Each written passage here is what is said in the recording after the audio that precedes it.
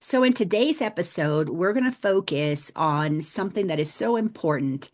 Now, what makes it important is that we've got to recognize that the only way to change what is happening in this world is for you to accept that you are the one who has the power to make that change. Change is not coming to you from the outside. Change comes from the inside.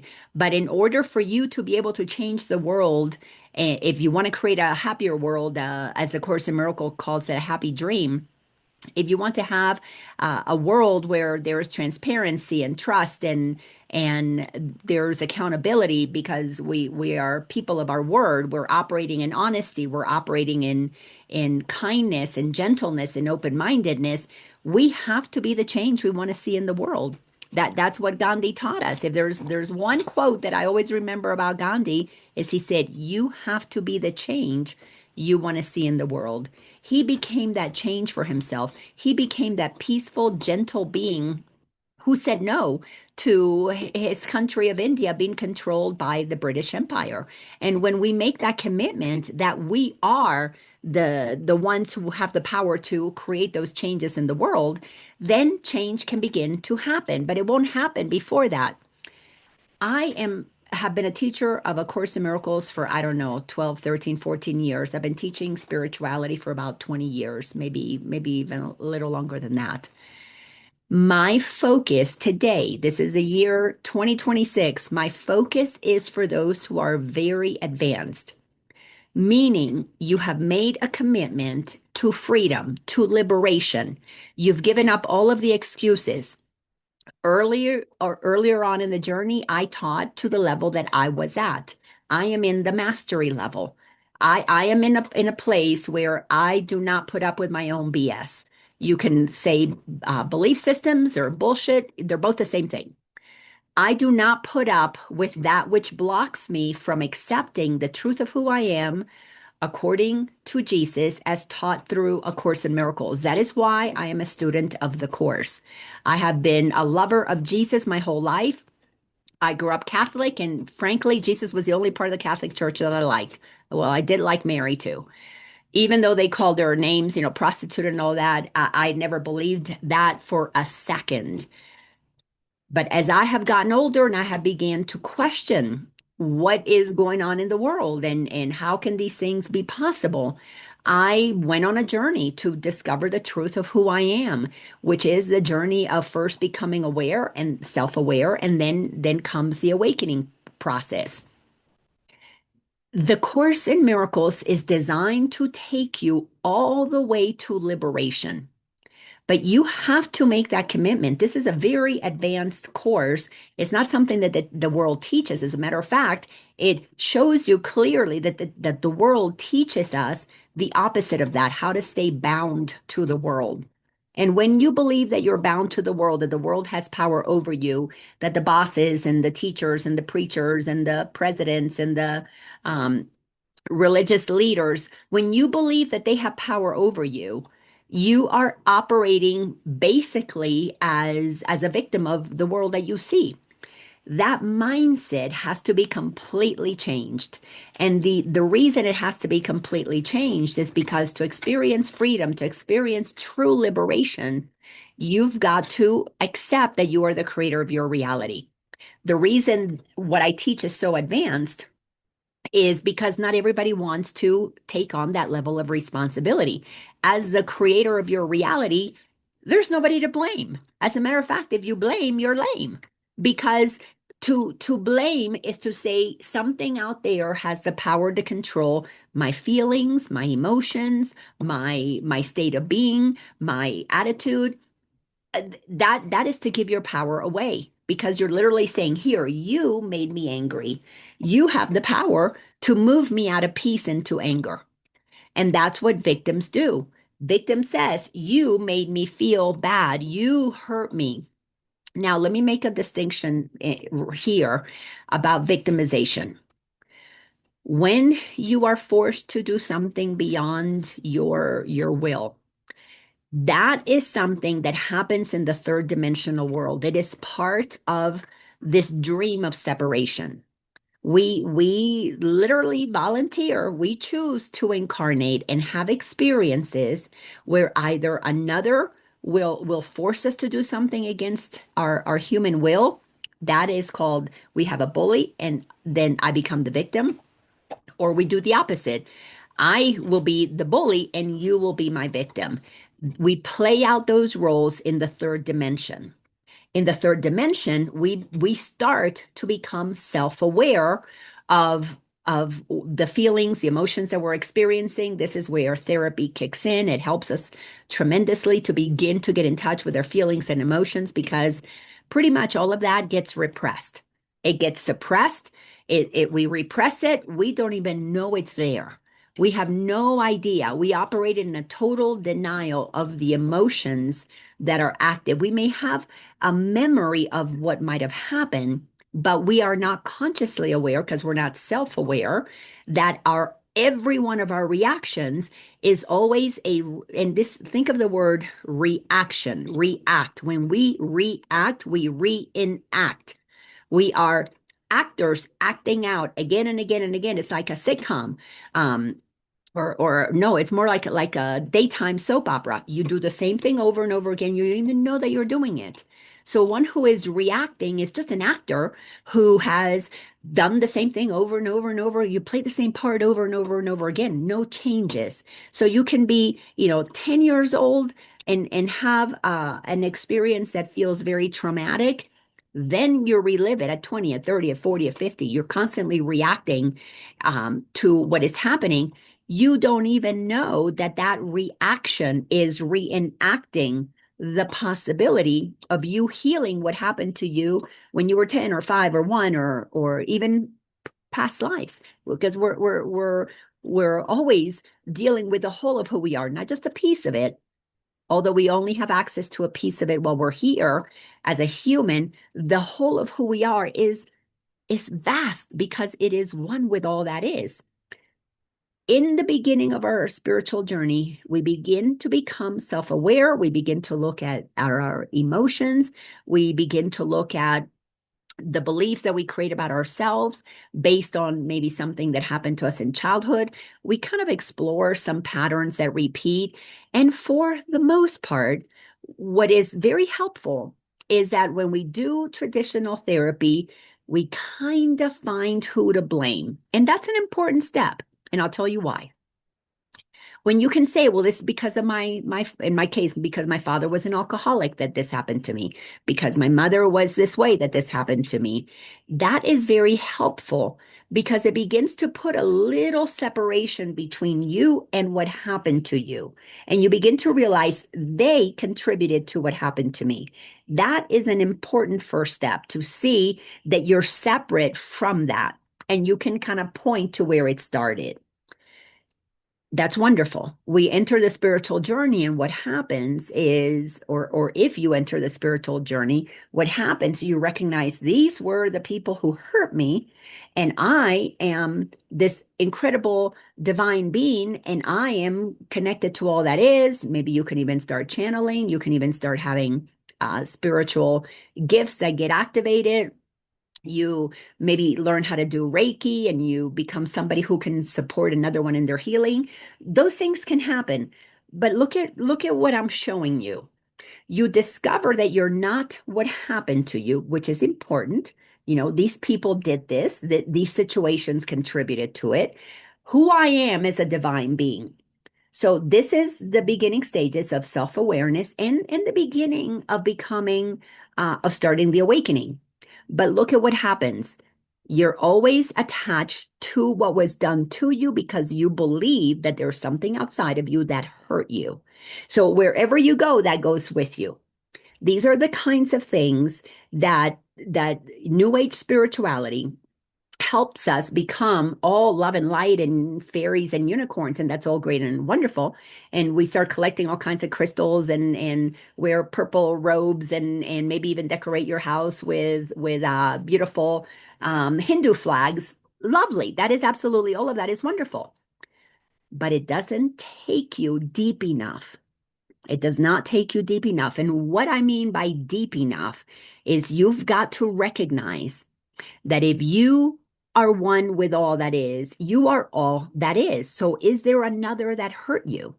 And that's where we start going a lot deeper into this journey.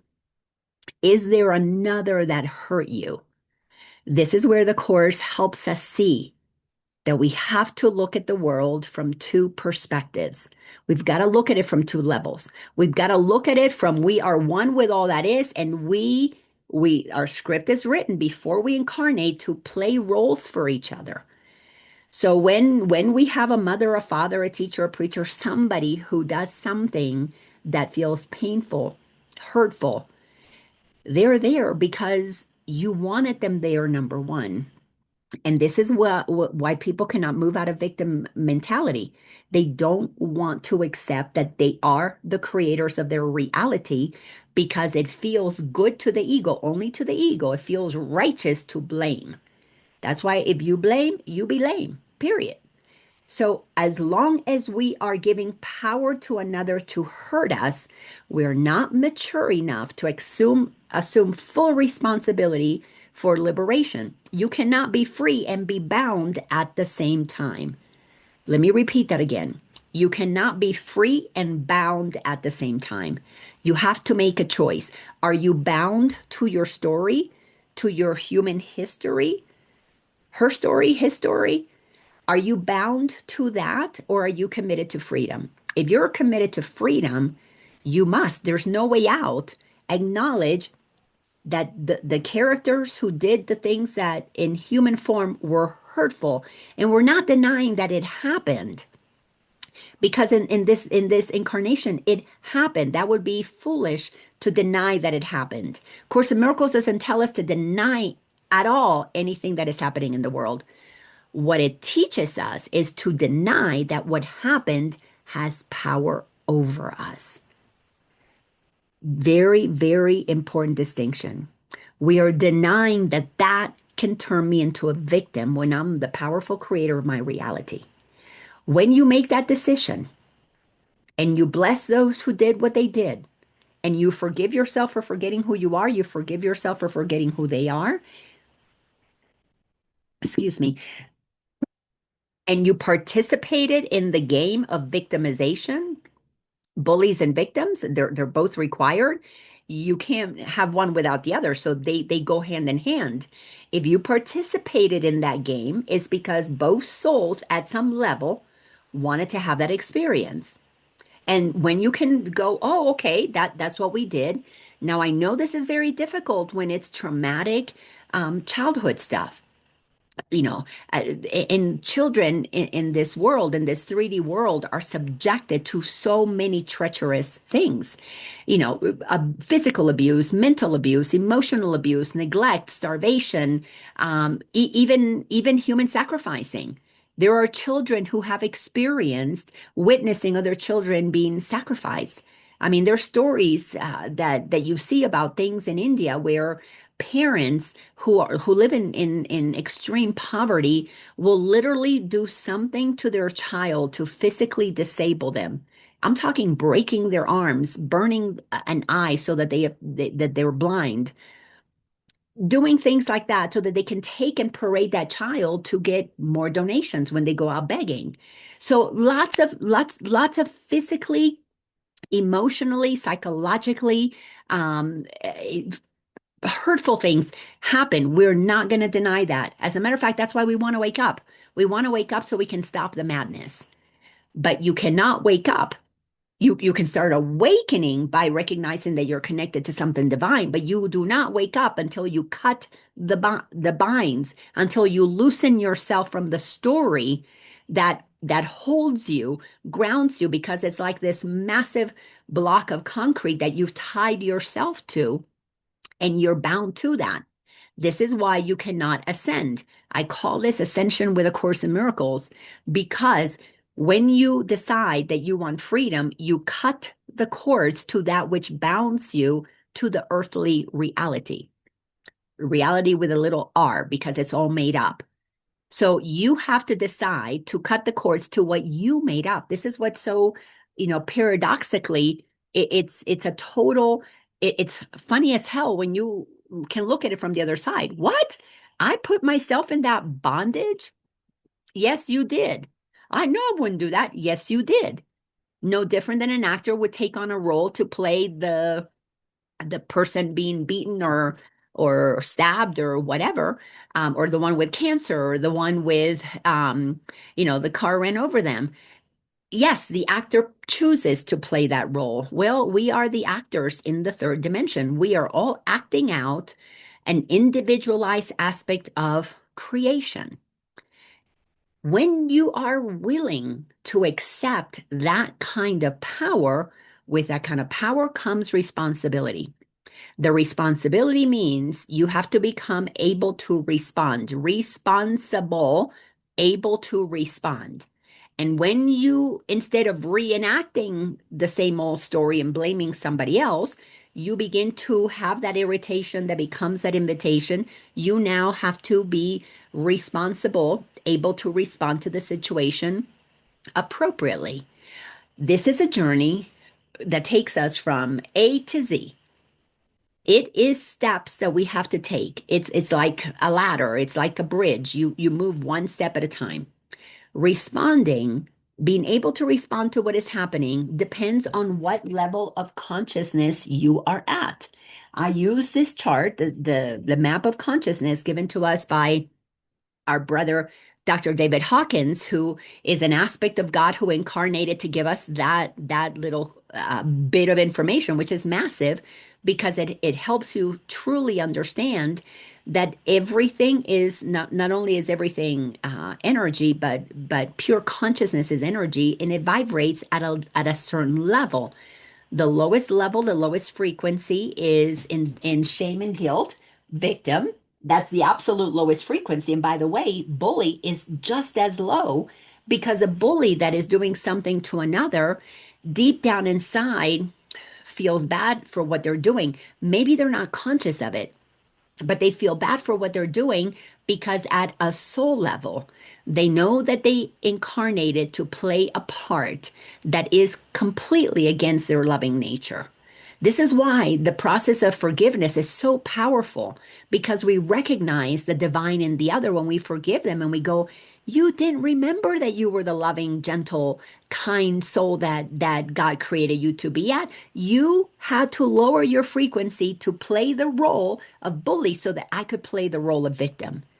And you see, this is why it requires an incredible level of spiritual maturity to recognize two powerful divine souls choosing to lower their frequency to play a role and go against each other.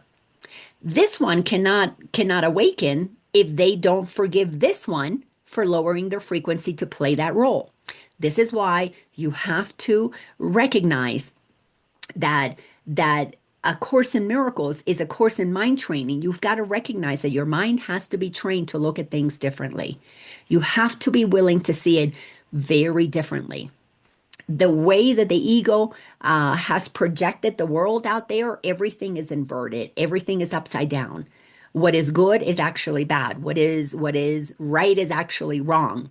Meaning, the ego says that the right thing is for you to work really hard and spend your whole life making money, and then someday you'll become happy. That's the right way according to the world, but that's the wrong way of living your life if you are operating from your spirit. Your spirit doesn't need to do anything to one day be happy. Spirit is happy right now, and then from there it does whatever it wants. Not to get and become, but because it already is being what it is, and it is happy doing and experiencing that. So we gotta correct the inversion there. The world tells us that it's okay to lie. Look at all parents we train our children to lie from the time that they were born. We tell the lies that they the stork brought them. We tell the lie that there's a Santa Claus that brings some gifts. The lie that there's a God in the cloud in the sky somewhere that decides if they're naughty or nice. We tell the lie that there's a tooth fairy that's going to come and bring them money.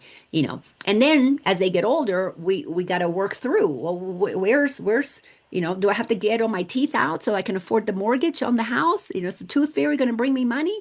We have all these crazy ideas that there's going to be a savior, that God's going to come, that Jesus is going to come and land and save us.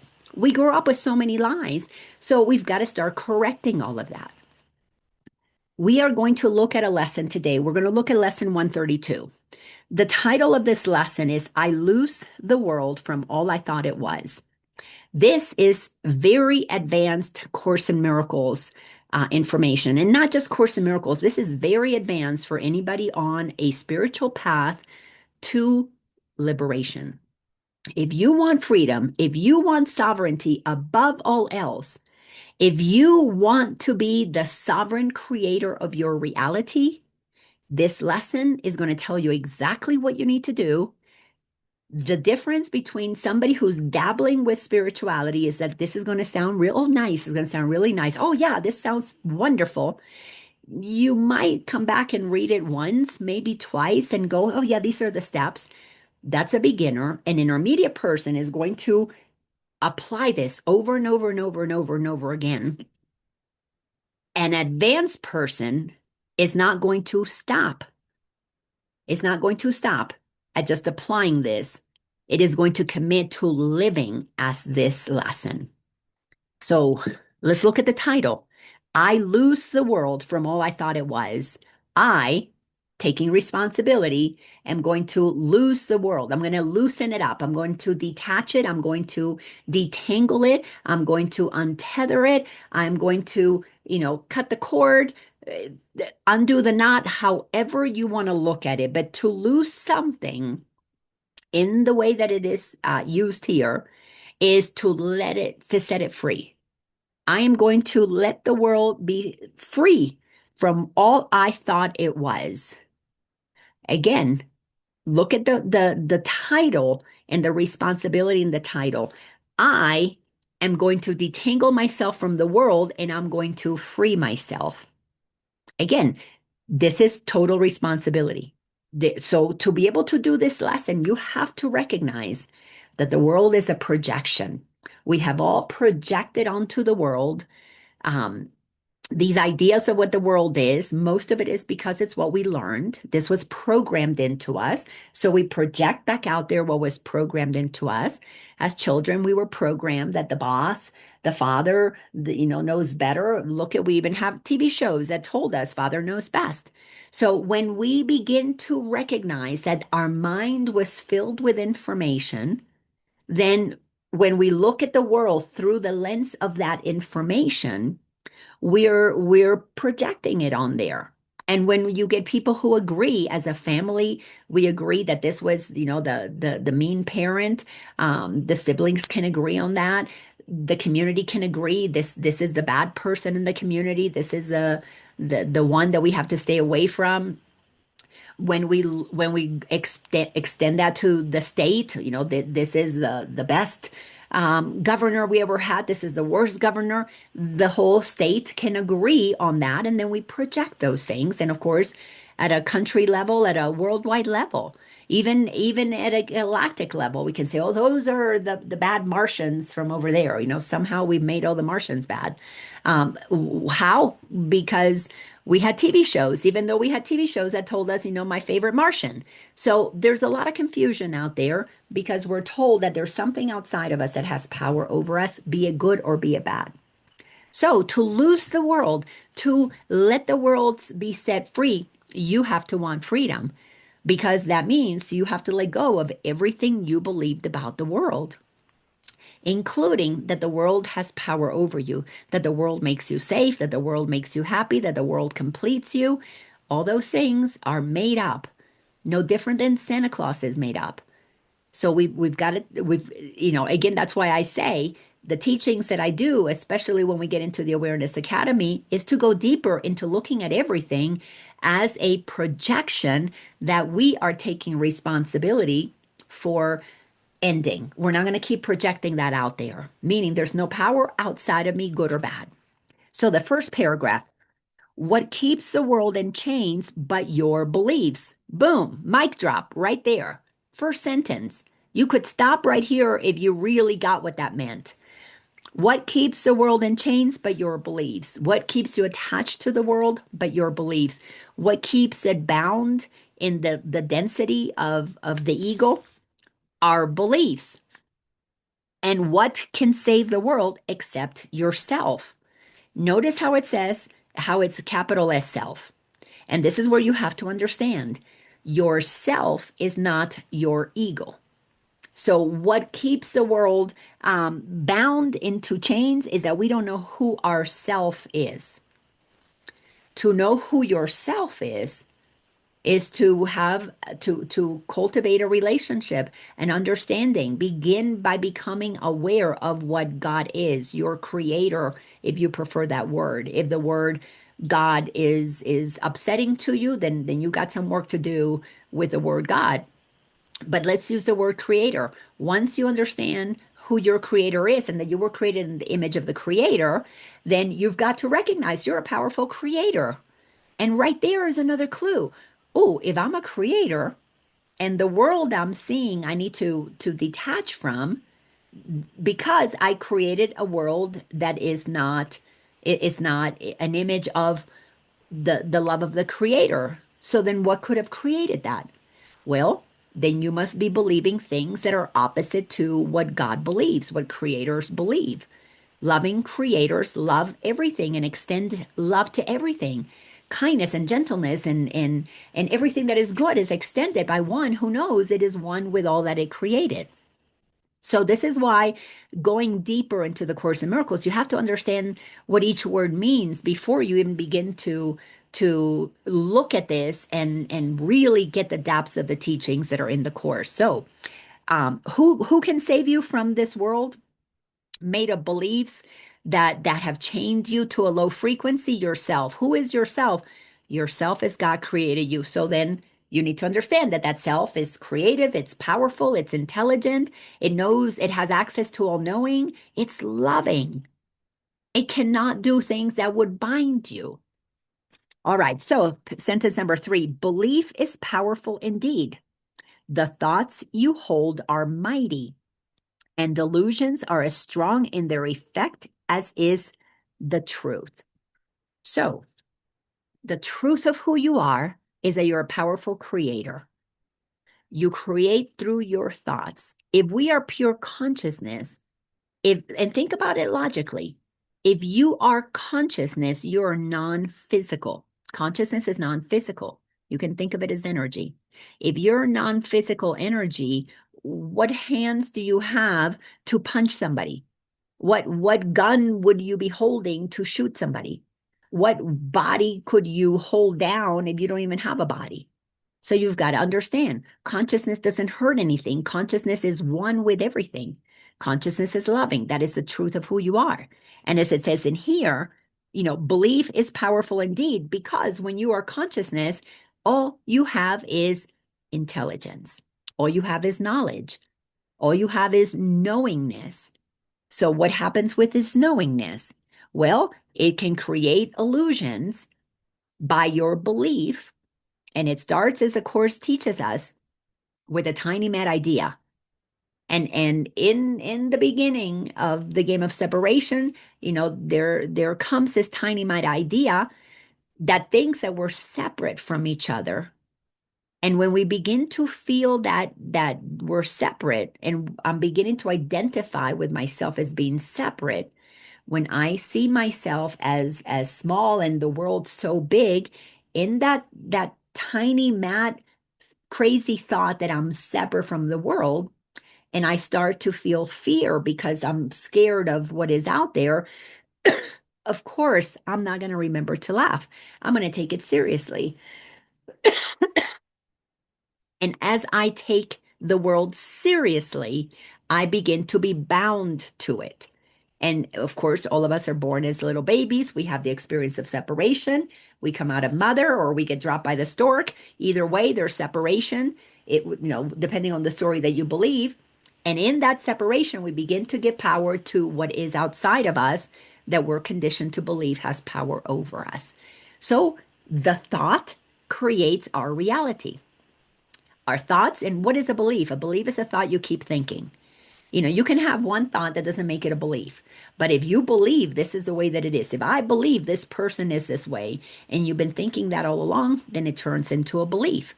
But if it's just, an individual thought, I can go to I'm going to take my grandkids, I'm going with them to the zoo on Friday, and maybe I'll see something, an animal that I'm not familiar with. Well, I'll look at it and go, oh, cute little animal. I'm not going to come home and ruminate on that thought. I'm not going to spend 10, 20, 30 years thinking about whatever it is, that thing that I saw that maybe I hadn't seen before, or was a different color than maybe what I had believed it was. But a belief is when you continue to think power is outside of me. A belief is when you continue to think I'm not good enough or I'm better than.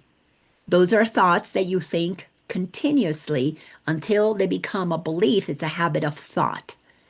So when you get really advanced in the work of liberation and in the work of the course, you're training your mind to recognize that every single belief is a string of thoughts that can be changed. Why? You picked it up. It wasn't even yours. You learned it. It came to you from the outside. You have to be mature enough to say, okay, church, you taught me this, but I don't believe that anymore. So I don't accept that belief anymore.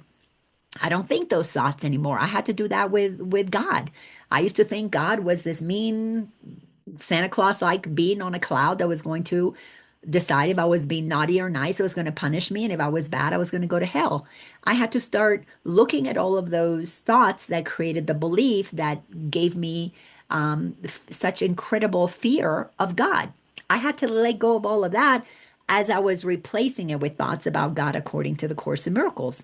And all of those thoughts then became the beliefs that I operate from now, but I don't have to keep repeating them because I've recognized them as a knowing within my heart. So I know it here, but at first I had to swap the beliefs, scary God to a loving God. And as I began to believe it and trust it little by little by little, I don't have to believe it. I know it.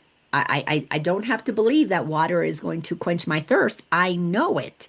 So this is a process that we have to understand. First paragraph is telling you everything you need to know, but we're going to have so many more paragraphs to support that. Well, because most of us are a little dense and it requires a lot of repetition before we get comfortable in recognizing the truth of who we are. So let's continue here. Sentence number 5 says, a madman thinks the world he sees is real and does not doubt it. All right, so I see hello, Nanette, welcome. So we are inside A Course in Miracles, and we are in lesson 132. If you don't have the book, don't worry, just you'll hear because I'm going to read it and offer commentary. But if you have the book, go to lesson 132. We're in the first paragraph. So I'm going to repeat sentence number 5. A madman thinks the world he sees is real and does not doubt it. So the Course tells us over and over and over again, our ego is an identity that we have accepted, and that identity is filled with beliefs that makes us madmen. It makes us, insane. And that's an important distinction to understand because everybody wants to be sane. Nobody wants to be crazy. I had a crazy uncle growing up. Nobody wanted to have, to not only have a crazy uncle, but be the crazy uncle. I also had a crazy aunt too. And I always thought, oh my gosh, what if I turn out like her? They'll put me, in a home away somewhere. But here, when we are experiencing this idea of separation and we see each other as other, that's why we call it each other. They are other than me. We are solidifying the belief in separation. It's what allows us to have the haves and the have-nots, the liberals and the conservatives, the ones who like this football team versus that football team. Our mind has been conditioned to believe in otherness, and we have been conditioned since we were itty bitty to pick sides. It's in the household, the boys against the girls. My grandbabies, they do that. My grandson wants daddy to play on his hockey team, and then my granddaughter, she wants mommy on her hockey team. And boys against girls, in her sweet little 2-year-old voice, and she says grills, not girls. So she says boys against grills. It's the cutest thing. But from a very young age, we are taught to see things as other. That is what makes us insane. is because we start off from the beginning believing in otherness. So a madman thinks the world he sees is real and does not doubt it. This is why it's very difficult to move from being spiritual and you move into those new age spirituality, which of course I was a big part of for a while, until you begin to mature out of that and you begin to see that there's not the divine out there and then all these other people who are acting not divine. A madman sorts things out into two and creates a lot of suffering for itself because it believes in separation and in otherness. Sentence number 6 says, nor can he be swayed by questioning his thoughts' effects. So not only do we not doubt that separation and duality are real, but we won't question the effects of our thoughts. We don't question that maybe my thoughts cause me to feel what I'm feeling. And this is where it's so important that we understand that our brain has a function. And when you think about your brain, it's other than your mind. Your mind is the thoughts that you're thinking. The brain is where those thoughts go to form neurological pathways. And what's so important to understand about our physical vessel is that the signals that the body receives come through those neurological pathways. So we have a thought, we create a pathway. That pathway activates chemicals that make us feel either at ease and at peace. You have the thought, oh, everything is okay. Your body is producing chemicals that allows you to be in ease and peace. If all of a sudden you hear a sound or you see a shadow, you go into high alert because you're having the thought that I'm in danger. Neurological pathways fire the adrenaline that gets you to be in a state of fight or flight or freeze or fawn or whatever, however many more words they come up with. It moves you out of your peace and it sends you into unease that puts you in a state of defensiveness and protection because you believe something is going to hurt you. This is why the Course in Miracles refers to anything that believes that there's power outside of us is to be insane. You're a madman. You're believing things that are not true, and they're not true because they've been projected out there. So they're literally the shadows coming from within our consciousness. Another reason why it's so challenging to move into the higher levels of consciousness, to ascend to those levels of consciousness, is because the ego is always going to get spiritualized first.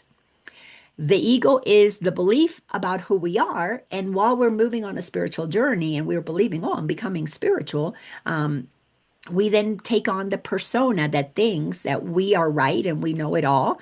So, as it says in here, to question the effects of our thoughts is not something that we're willing to do unless we have made the commitment to total liberation.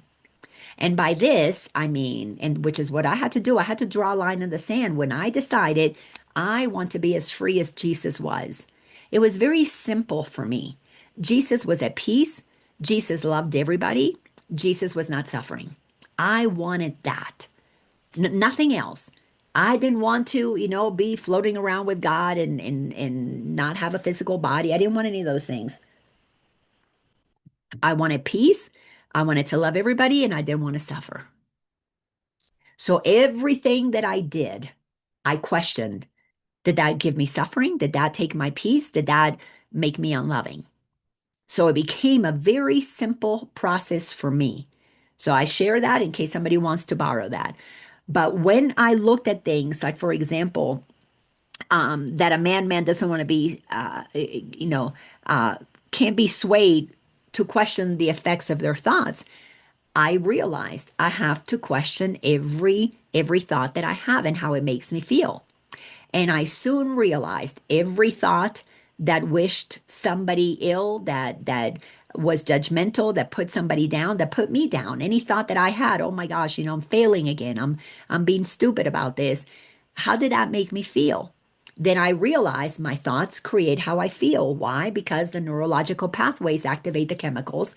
And I realized I'm in control of how I feel because I'm in control of the thoughts, or the thoughts that I think control my feelings. So I decided, okay, then let me go to where I'm not producing the chemicals that make me feel bad, and I'm not at the mercy of needing chemicals to make me feel good.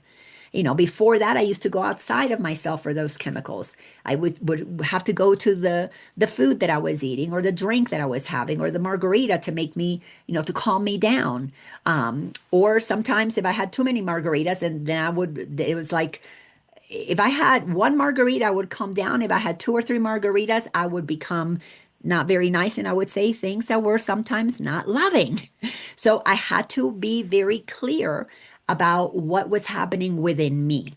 And this is why at the very beginning of this, I said, to be able to awake, you have to take full responsibility to what's going on within you. I wanted to take responsibility for how I felt. That's where the big transformation began, how I felt. And I had to acknowledge that when I was righteous, when I was judging, when I was blaming, it felt good to my ego. It puffed me up. And I realized, okay, so my thoughts of righteousness are going to make my ego feel good. But does that help me not suffer, be at peace, and be loving? No, that didn't help me. So I had to get really honest with every thought that I had was either moving me closer to my liberation, or they were moving me further from it. If I'm moving further from liberation, I'm being bound, because to be free is to be free. To not be free is to be bound. What am I bound to? Well, I was bound to the need to be right. Where did I learn that from? I learned it from the world. So it bound me to the world. That's why this whole section and the title is I Lose the World from All I Thought It Was.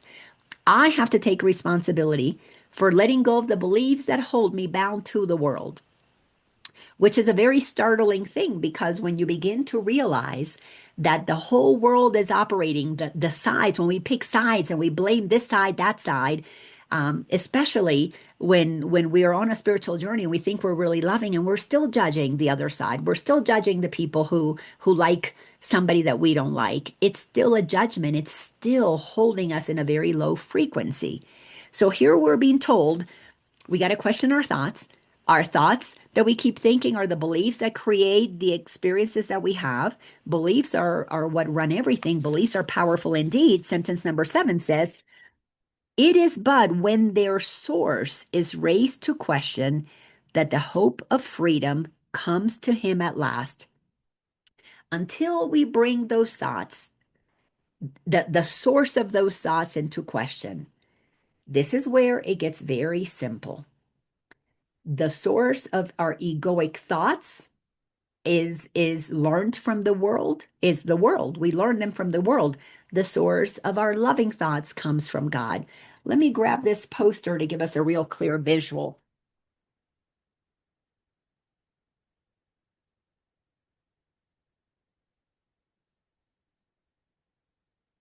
That poster right there shows you in black and white, no pun intended.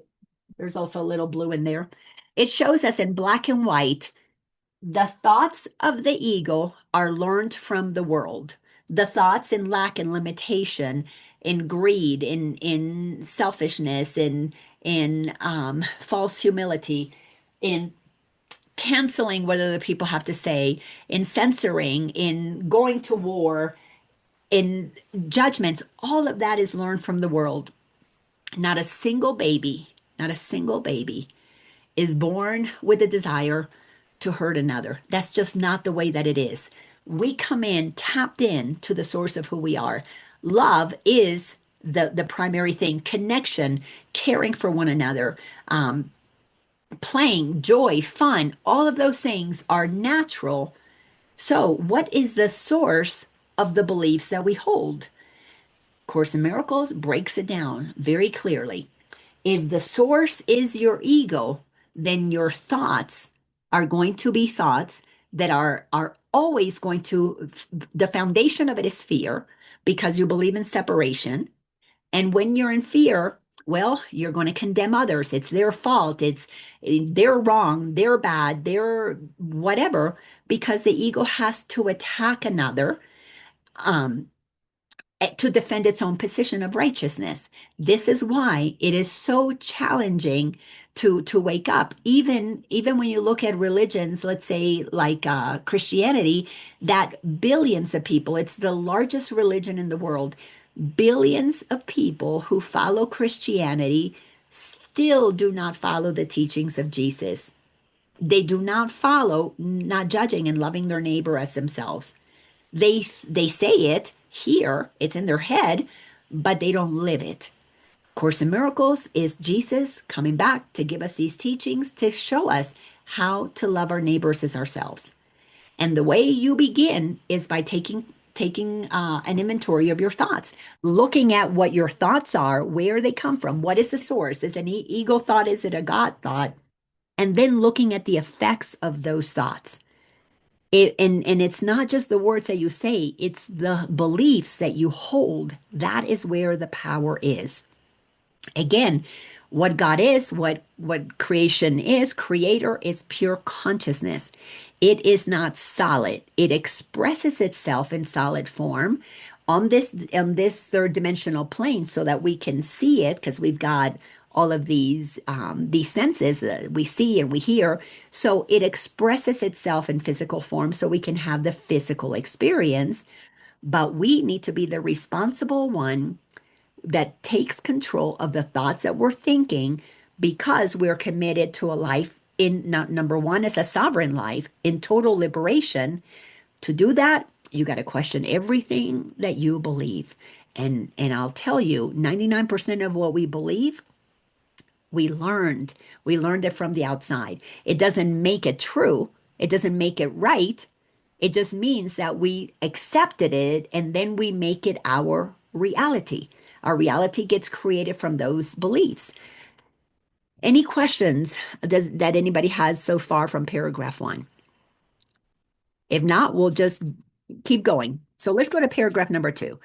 Yet is salvation easily achieved, for anyone is free to change his mind, and all his thoughts change with it.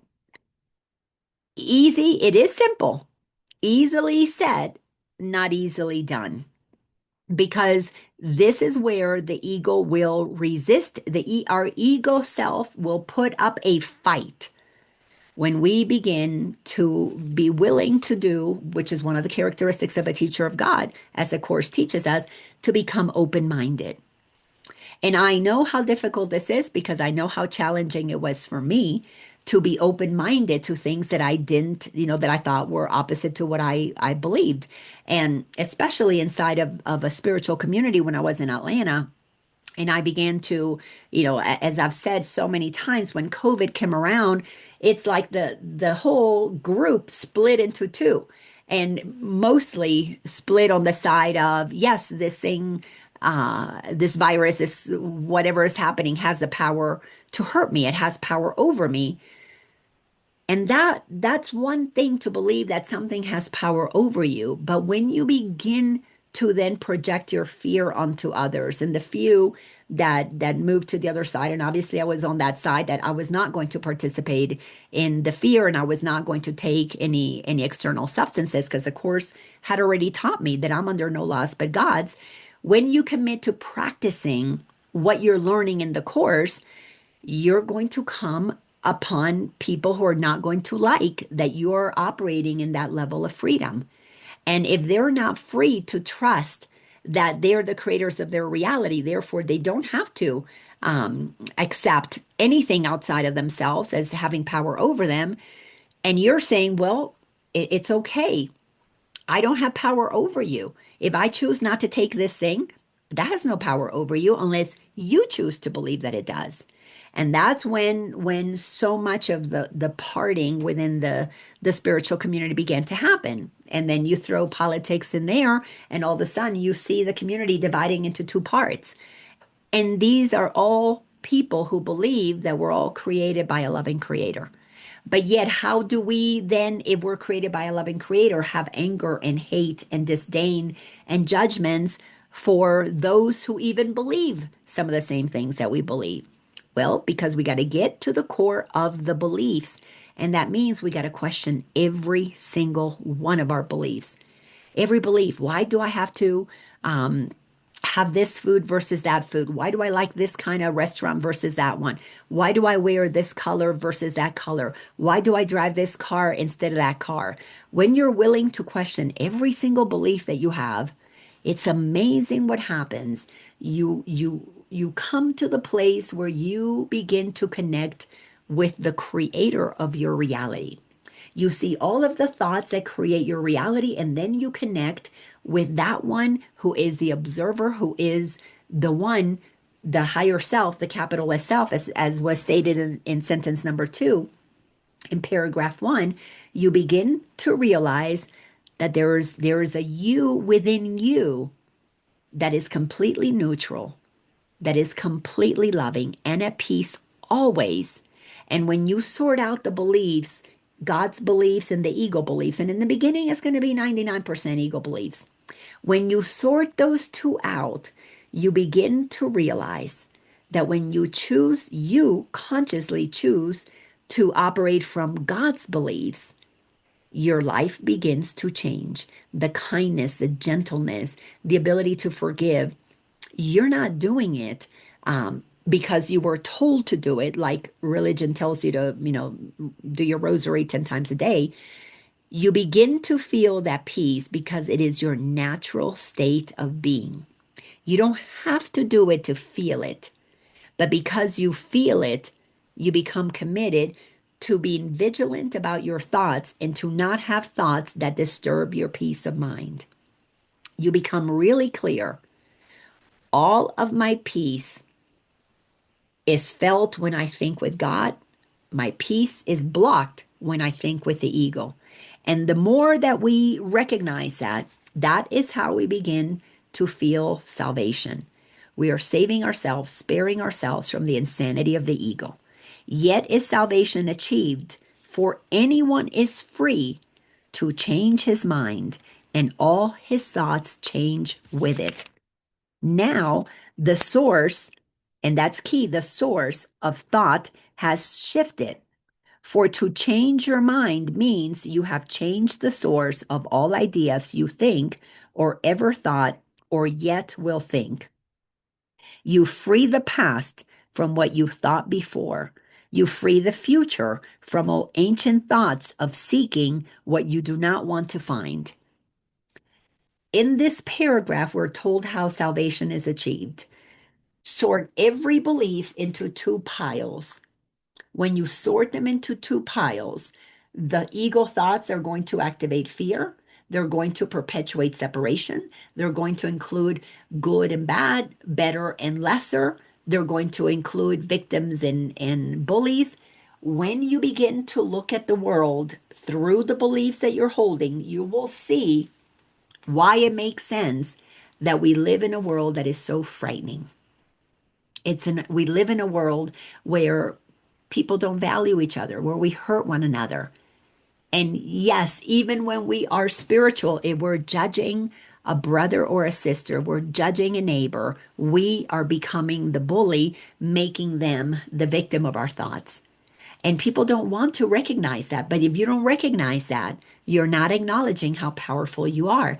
This is why you can be spiritual, you can be Christian, you can be Buddhist, you can be Hindu, you can, talk all day long about namaste, but you still experience suffering because in the depths of your soul, when you're upset with somebody, when you're angry, when you're blaming, you feel the contraction. That is the it's like the GPS system within us is telling us we want to move down the path of peace and love and joy. But every single time we get that righteous indignation, we get that huffy puffy sensation, even if you're believing your spiritual thoughts, which is spiritualized ego, there's still a part of you that is uneasy. Look, I can't believe that this person would vote for so and so, or they would side with this support whatever, this over that. That righteous indignation is your GPS telling you you're going the wrong way. And by the wrong way, as those of you who follow me for a very long time, I use the map of consciousness. There's only one direction. The direction is to return to the truth of who we are. If you're not moving in the direction of love, meaning you're forgiving, you're being honest with yourself. I just judged, let me forgive myself. I just caused in my own mind the sensation of separation. If you're not honest with yourself of your unloving and ungentle and righteous thoughts, instead of moving more towards the light, towards the full embodiment of the Christ consciousness that you are, you're moving away from it. To move away from it is to move further and further into your egoic identity. And that's why it's your salvation is in your hands completely, but you have to be courageous enough to take an inventory of your thoughts. Every thought causes how you feel. When you are prepared to be truly honest with yourself, then you recognize the difference between the egoic thoughts, and they only take you in one of two directions, into righteousness or into feeling like a victim. Either one of those, you get a huffy and puffy or you get deflated. Either one of those is a block to moving in the direction of you feeling the neutrality of the peace of God. It's the peace that passes all understanding. You can't conceptualize it with your mind, but you feel it in your heart. You feel that oneness with your brothers and sisters, with our neighbors, that Jesus was teaching us. Why? Because the kingdom of heaven is within. The voice for God is inside of us. The voice for God speaks of forgiveness and kindness and gentleness. The voice of the ego, which is learned from the outside, trains us into divisiveness and all of those things that keep us separate from one another. Let's go into paragraph 3. The present now remains the only time. Here in the present is the world set free. The previous paragraph told us that we free the past from our thoughts. As I said earlier in this transmission, when we hold the past accountable for what happened to me, because of that, I am this way. Because of what happened to me in third grade and eighth grade and my first year in college, the first job that I had, when we continue to use the past as the belief that we have of why there's something wrong with us, we're not in the present moment.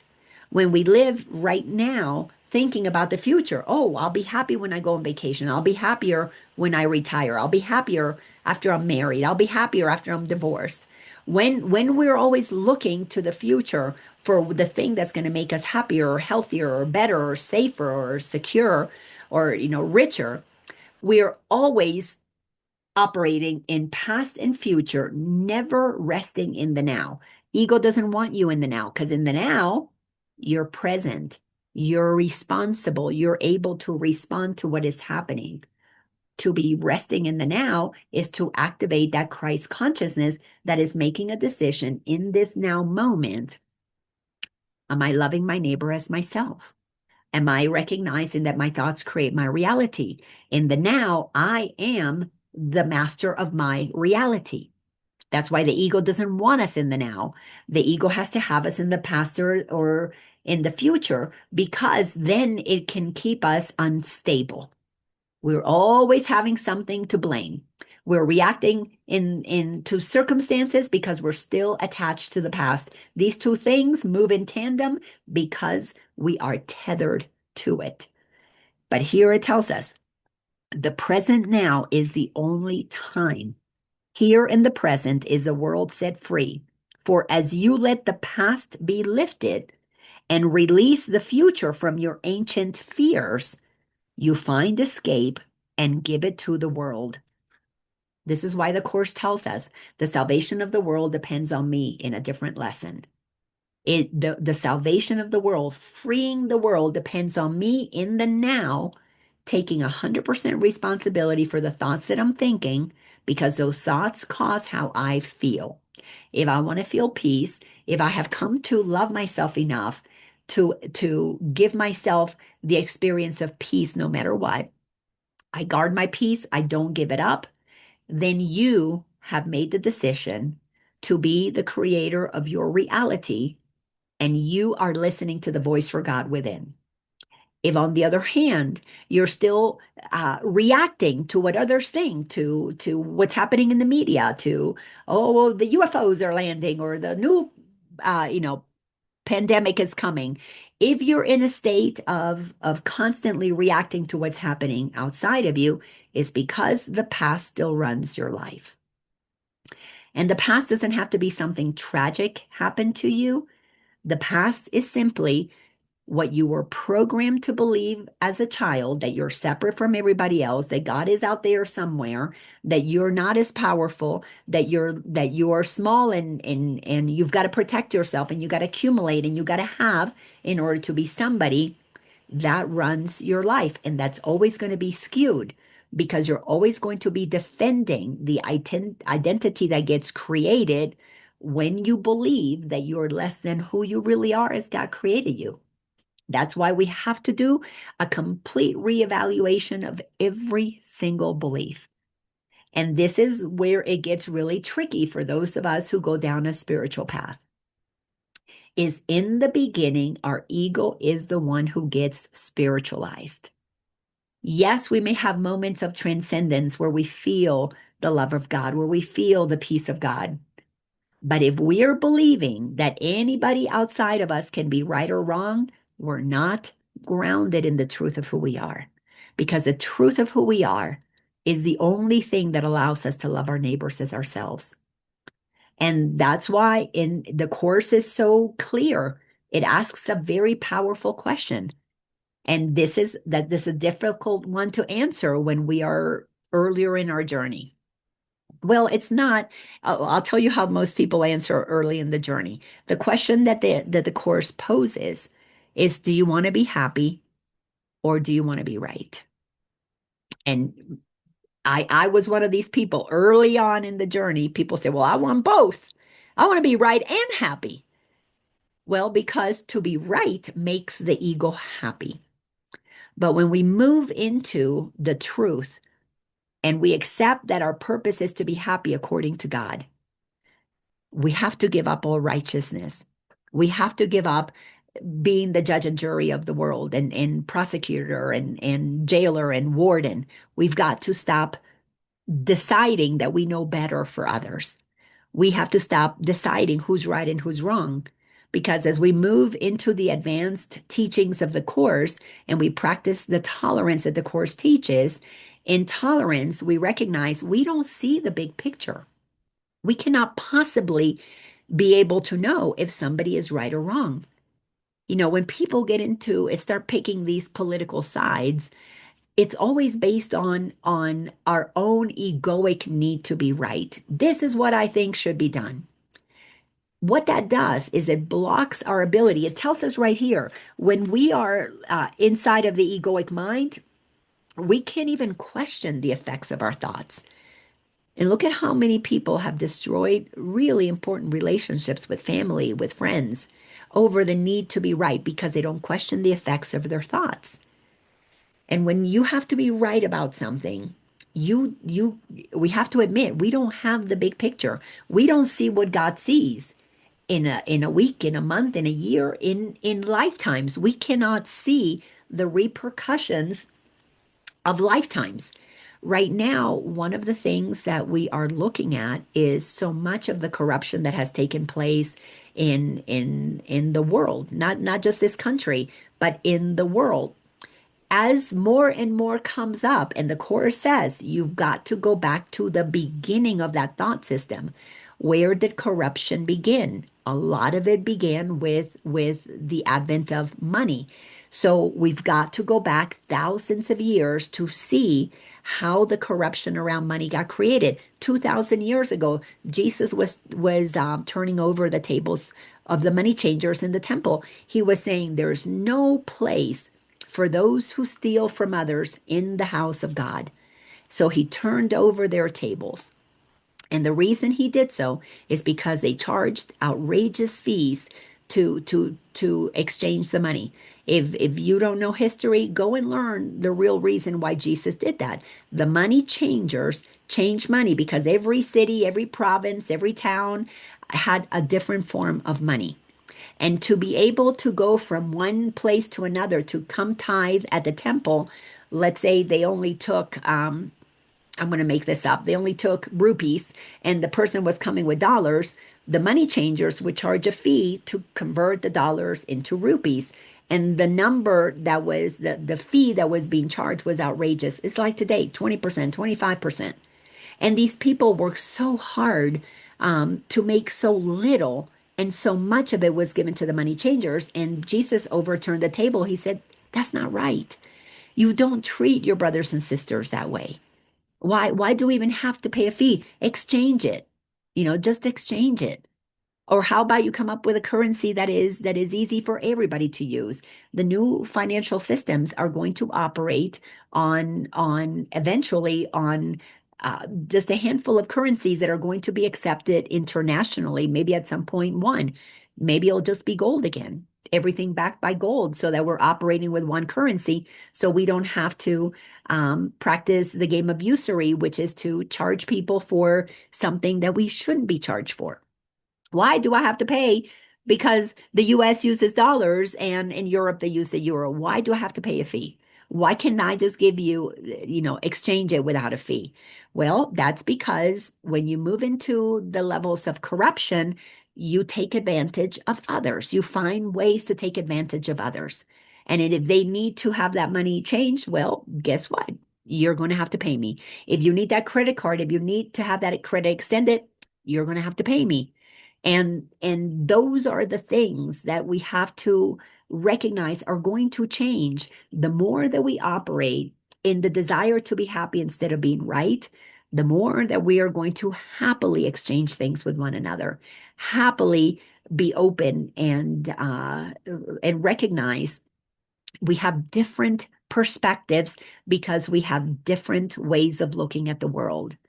And instead of getting righteous about our perspective, if we would sit down and be curious, share your opinions with me. I've posted this on my Facebook page many a times. Nobody has taken me up on this. I have the political beliefs that I have because I'm inspired. When I go into meditation and I listen to the Creator, I practice my politics based on what I'm guided to do. Not necessarily because my ego likes it or believes in it, but because there's a guidance that, with a lot of peace in my heart, guides me to move in that direction. And I listen to that voice. It's like the Course in Miracles teaches us to be under no laws but God's. When you make the commitment to total liberation, you have to begin to listen to the voice that is out of this world, beyond this world, I should say. It's a voice that is within you. So it's in this world because it's in you, but you won't be of this world because you're listening to guidance and you're not willing to play the game of right or wrong. So as I practice my political views and I share them on my Facebook page, those who disagree only want to bash the idea. And I say to them, I have posted this out so many times. I would be so happy to hear your perspective. Share with me why you believe what you believe. Bring me your examples of why you believe that, and I'll bring mine. And let's just both exchange information. Nobody has to be converted to a different perspective. I don't expect anybody to convert to my perspective because my perspective comes from God. So I don't expect everybody to agree with what God is sharing through this individualized aspect of creation called Laina. But I do expect from myself and hopefully from others, especially if they consider themselves spiritual, to be open-minded, to practice the characteristic of open-mindedness. Let's share. Sharing information doesn't mean anybody has to be right or wrong. It doesn't mean anybody has to be lesser than because they don't believe the same thing. It just means we're honoring differences. And until we learn how to honor differences, it's going to be impossible to create world peace. Because when world peace happens, is because we have all internally come to respect that everyone is not only an individualized aspect of God, but everyone has their own beliefs based on their own egoic experiences inside of the environments that we each grew up in. And actually, that is the ultimate form of beautiful diversity, is when we can hear different opinions and not judge them. When we are open to doing that, then then the next mature step is to go, well, how does this make you feel? How does this make you feel more peace? This one makes me feel more anxious. To loosen ourselves from the world and change the world as it is, we first have to come inside, loosen ourselves up from our righteousness, become more peaceful inside. And when we become more peaceful, we actually become more curious because we admit that we cannot know everything that God knows. And inside of that curiosity, it gets a humbleness gets activated, a recognition.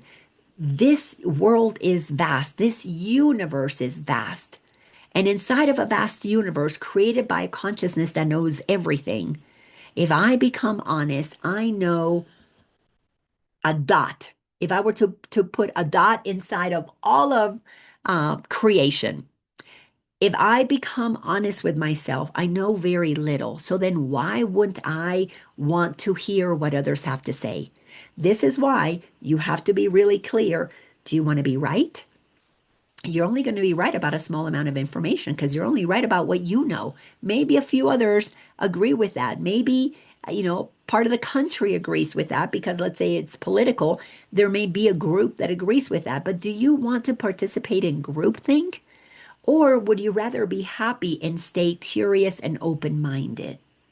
This is a sign of spiritual maturity when we can retain our own individualized beliefs and perspectives and create our own reality based on what we believe and let everybody else have their own beliefs and perspectives.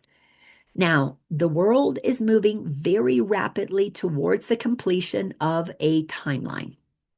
A cycle that humanity has been in for, they call it, some call it 26,000 years. We are completing that cycle. We're moving through an area in space called the photon belt. We are being infused with a lot of light. That light, if received by an open mind, allows us to hear more truth, allows us to hear more of the truth of creation. That is what's going to assist some in their path of ascension. Those who do not want to be open-minded, that light is just going to activate for them fears and worries and concerns that they may not be able to process because they don't have a practice to process it through. They're going to experience making a decision to operate more inside of the egoic consciousness. And we're bifurcating. We're moving towards those who are going to operate more from love, and they're going to walk the talk. And they're going, loving means curiosity, open-mindedness, and those who are not going to operate that way. And the world is going to divide more and more and more between those who operate from love and those who operate from fear. And if we have to be right, it's because we're operating from fear.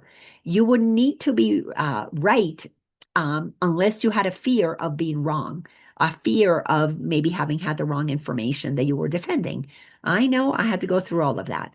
But when you make a commitment, as it says in lesson 132, to lose the world from all you thought it was, if you have that commitment to lose the world, to let it be free of your beliefs and ideas of how it should be, you're going to find yourself surrounded by this loving presence that wants to inform you and show you how to bring more love to this world.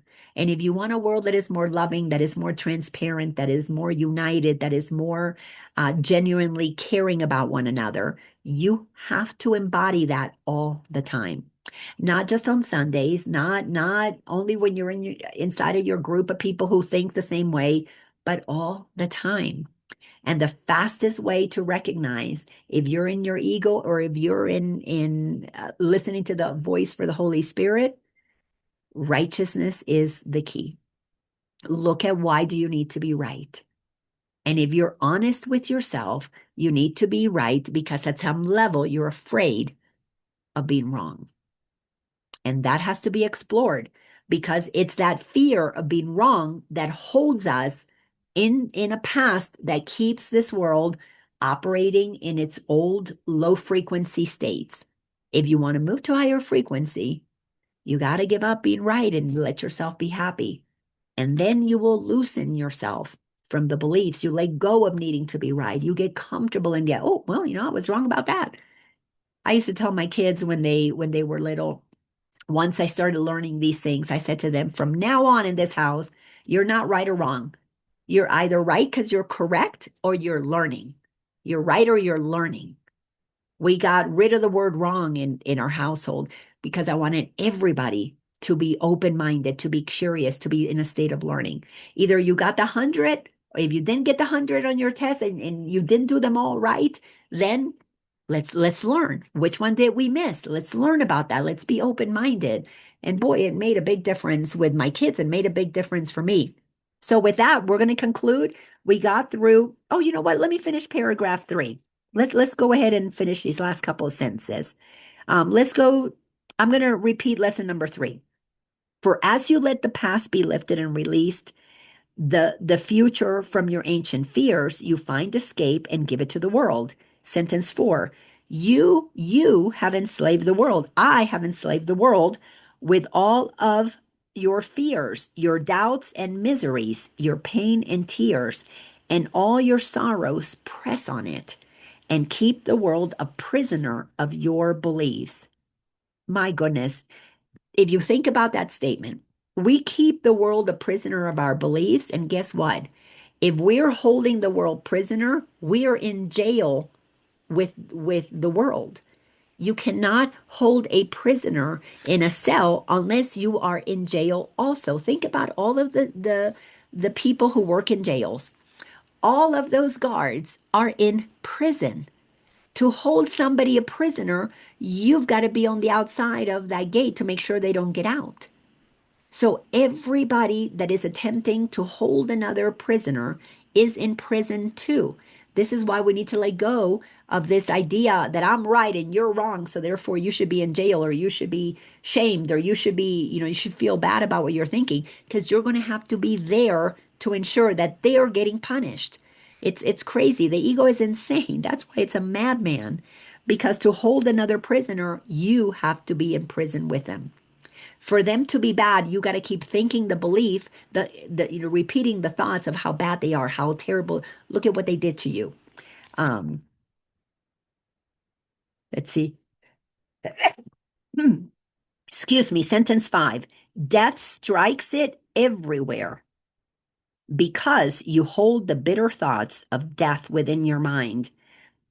Again, this is one of those things that the ego does not like to admit. But for us to be right, we make another wrong. And the ultimate thing that the ego wants for those who are wrong is their death. Now, you may say, I would have said the same thing too. As a matter of fact, I said the same thing too. I don't want anybody to die. But when we want somebody to suffer, it's the same as death. The ego's ultimate destination is death. When you study the course, you understand that. So to hold another in blame is because we want them dead. We want them suffering. And if you want them suffering, you don't want them to be happy. You don't want them to be free. That's the same as death. It's to bind them and confine them into a very limited story of who they are because you're projecting your own limited story. Remember, to be right about what somebody did wrong to you, you've got to be in jail to make sure that they stay in that prison. So that they don't get out, you got to keep reminding them of how bad they are. And you do this in your head. You may not be physically holding somebody in jail that you don't like, but if you're thinking about them and you're regurgitating your judgments of them, you have imprisoned yourself with them. And that's the beautiful thing about understanding the Course in Miracles. It is a guide to retrain our mind, to take us out of the mind-made prison that we operate in when we don't listen strictly, solely to the voice for God. That is the path of liberation. That is the path of ascension. But it can't just be with one or two things. It has to be with everything. It has to be consistent. Otherwise, our frequency is going up and down. And if your frequency is going up and down, the signals that you're sending into the universe are that you're not ready. You're bouncing. You're not ready to be the light of the world because you haven't accepted the responsibility that is yours to bring the love that you are and love your neighbor as yourself. And it all starts with doing the internal work, forgiving yourself for having forgotten your goodness that you were born with. You learned it from the world to be judgmental. Give it back. Give it back to the world. Say, Grandma, you were so judgmental with everybody. I'm going to give this judgment back to you. I'm not going to use that anymore. But we have to be honest about all of this. We got to look at our beliefs and do the work that is necessary. Um, my ready nose. All right, guys. Thank you so much for being here. As always, it is such a pleasure to share what comes through me. And as you all know, I don't prepare for this. It just gets transmitted. So it's a lot of fun to hear what flows. And if you want to go deeper with me, join me in the Awareness Academy, where we have, 3 different levels depending on how far you want to go in your financial situation. So we start at free and then have 2 other levels that you can participate in to your comfort level. Thank you again. I love you all. And if you want to see these past episodes, this one's 242. I've been at this for many years. You can find them all on my YouTube at Laina Orlando on YouTube. All right, everybody. I'll see some of you guys in the academy tonight. Take care. Bye-bye, everybody.